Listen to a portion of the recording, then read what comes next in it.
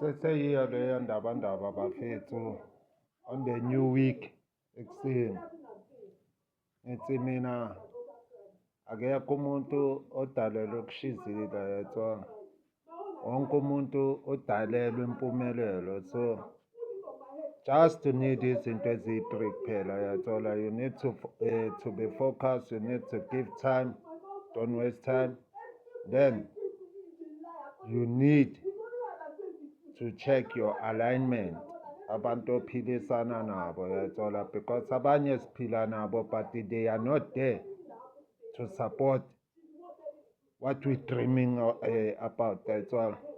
They are not there ukuthi bakuncede ukuthi uye phambili phezu kwalelo phupho lakho nalo yathola. So you need to check your alignment ukuthi imoto yakho straight ihamba kahle yathola, and then uzokhona ukuphumelela, because angicabangi ukuthi umdali okudalile kuze manje uzokhona ukushizila elevini yathola.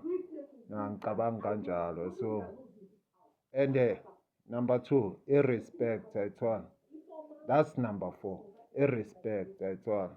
Yeah, i-respect will lead you far yathola. Yeah, apply respect, respect everyone, but don't beg everyone. Yabona? Danko namanga.